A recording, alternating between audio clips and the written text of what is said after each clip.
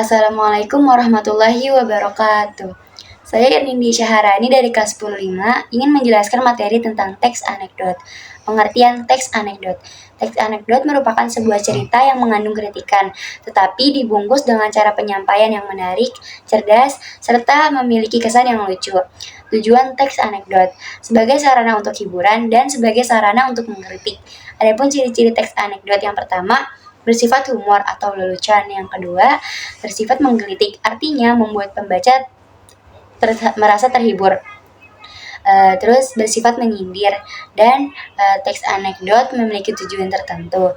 Adapun struktur teks anekdot, yang pertama ada judul, yang kedua ada abstrak, yang ketiga ada orientasi, keempat ada krisis, kelima ada reaksi, keenam ada koda.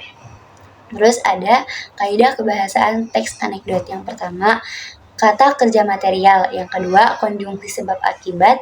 Ketiga, konjungsi temporal. Keempat, majas sindiran. Kelima, majas ironis. Keenam, majas sinisme. Ketujuh, kalimat imperatif. Adapun jenis teks anekdot terbagi menjadi dua. Yang pertama, teks anekdot non-fiksi. Artinya, cerita tersebut diangkat dari kisah nyata dan tokohnya benar-benar ada. Yang kedua, teks anekdot fiksi. Artinya, cerita tersebut berisi karangan dari penulis. Contoh dari teks anekdot yang berjudul Salah Arti. Seorang dosen Fakultas Hukum sedang menjelaskan materi tentang hukum pidana. Lalu setelah memaparkan materi, dibuka sesi tanya jawab.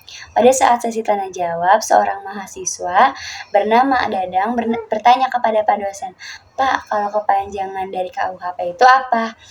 Lalu Pak dosen bukannya menjawab, malah melemparkan pertanyaan tersebut kepada mahasiswa lain yang bernama Andre. "Wahai Andre, coba jawab pertanyaan temanmu itu." Lalu dengan tegas Andre menjawab, "Kasih uang habis perkara, Pak."